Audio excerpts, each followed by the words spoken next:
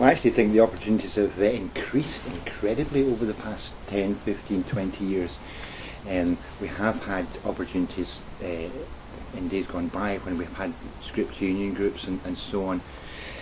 But we've now got opportunities, and it's formalised by the Scottish Government, that we can be involved in assemblies, we can be involved in assembly teams, chaplaincy teams, we can be involved in Christian groups in schools in a way that is formalised by the Scottish Government, and it's part of the extended curriculum, and those are acknowledged as being important part of schools' development. In particular, the curriculum for excellence has allowed us to be much more involved than we ever have been, I think. It's just a question of, are we taking up the opportunities? And there are so many opportunities out there that we're not able in the church to take them all up, and we're looking for more people and churches to sort of really get stuck in and rise to the challenge of taking up those opportunities.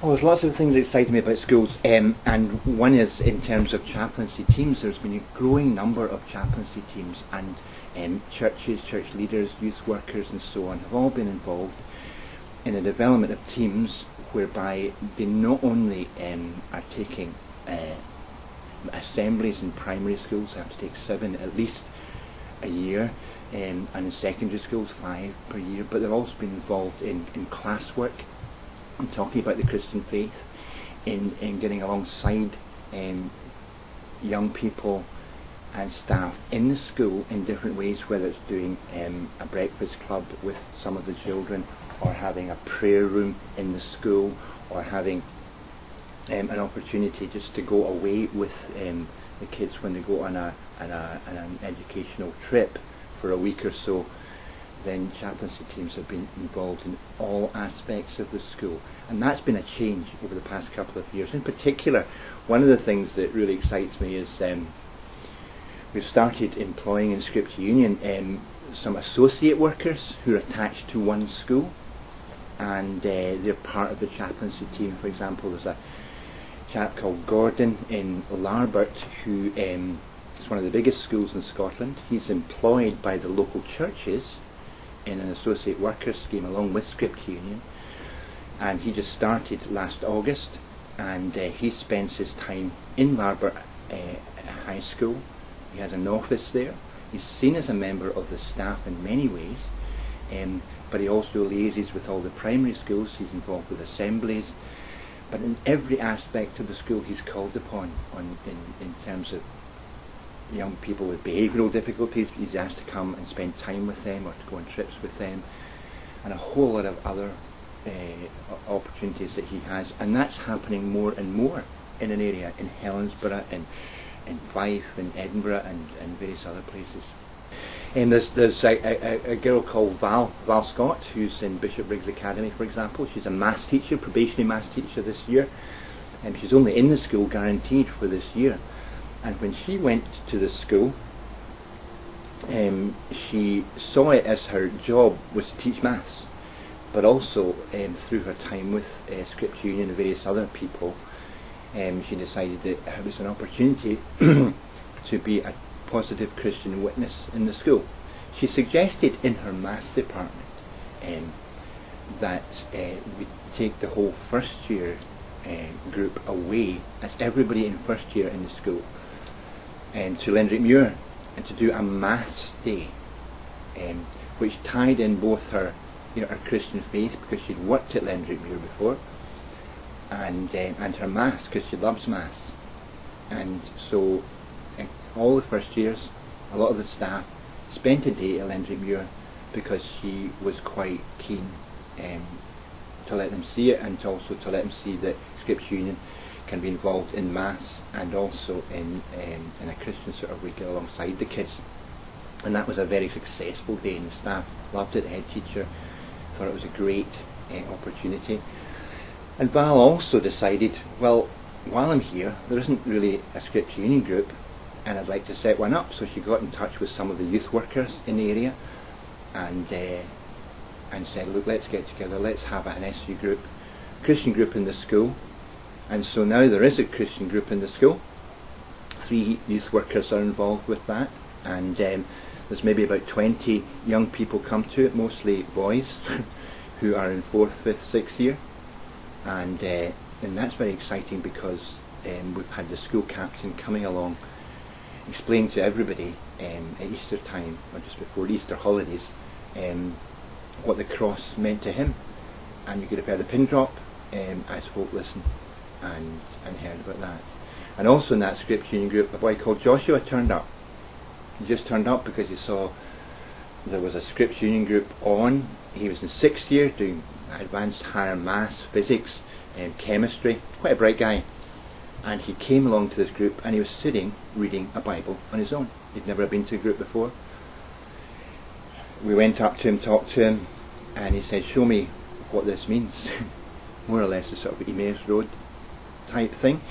And it turns out that boy, his parents had just split up. He just moved to Bishopbriggs from Larbert, and he wanted to know what the Bible was saying to us. And he's kept coming to the SU group. He has become a Christian, and it's mostly through the witness of a youth worker in Larbert and the SU group that guy has really come to faith. So I find that very exciting. Do you not? No, that's great. And there's also, in primary schools, loads of opportunities. I sit often with head teachers who say, look, can you do something in the school? We've got to provide 7 assemblies, and can you give us some advice? So it's been great to be able to try to fill that gap with local churches, ministers and youth workers coming along, and fitting into the RO, religious observance template, and the sort of assemblies that they do. And head teachers are crying out for people to do things well in the primary schools, to do things that are relevant, not to compromise the Christian faith, because in one sense head teachers aren't too bothered about what we actually, which faith we actually try to get across, but they are more concerned about how we do it and whether we're liked and whether it's enjoyable. And so for Christians, if we're able to come and to offer fantastic opportunities from the Bible to fit into the Arrow template and to fit in with the curriculum for excellence, then head teachers are delighted with what we do, because everything in the curriculum for excellence actually comes from a Christian root. It comes from the Bible, and so there's glorious opportunities for us to be able to fit that in and to gain approval of even head teachers who aren't Christians. I met a head teacher fairly recently who is not a Christian, and she says she's not a Christian, and she keeps on saying, you'll pray for me, I keep on making mistakes and so on. But she is delighted with what we do because the assemblies are fun, they're enjoyable, they communicate well, and also there's always stuff from the Bible that seems to fit in with what we're doing in the school. And so she loves us coming.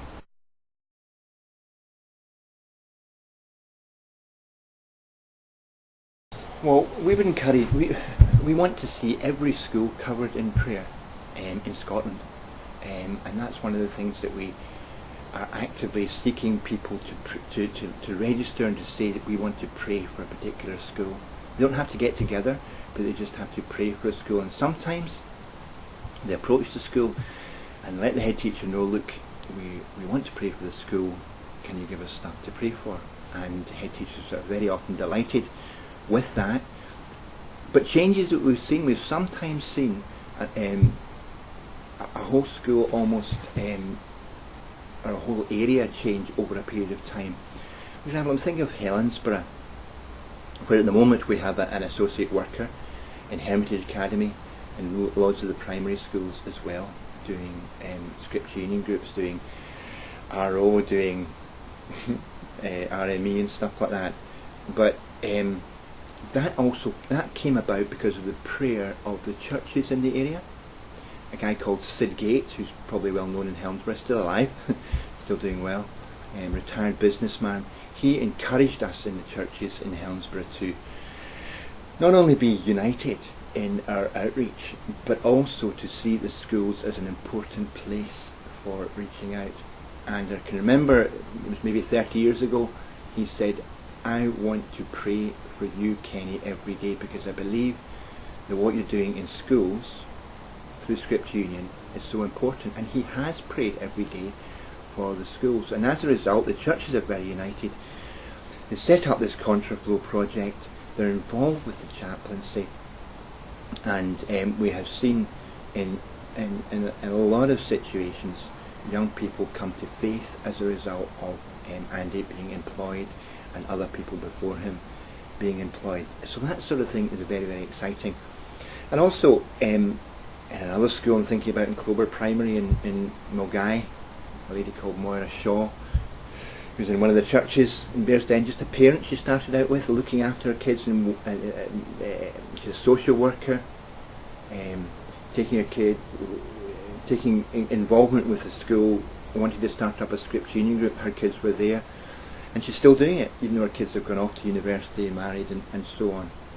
And just this past week she said to me, it is fantastic what God can do with these kids, because most of the kids that come to her group are not Christians, but they enjoy her company, they enjoy some of the games that they do, but they simply open the Bible together, and there's a wow factor that Moira calls it, where the kids are reading the Bible and they get into the story and they go, wow, Jesus must have been some guy. And that is a result of prayer. I know Moira and various other people meet together to pray for that school and other schools round about. It's very exciting to see the changes that have happened.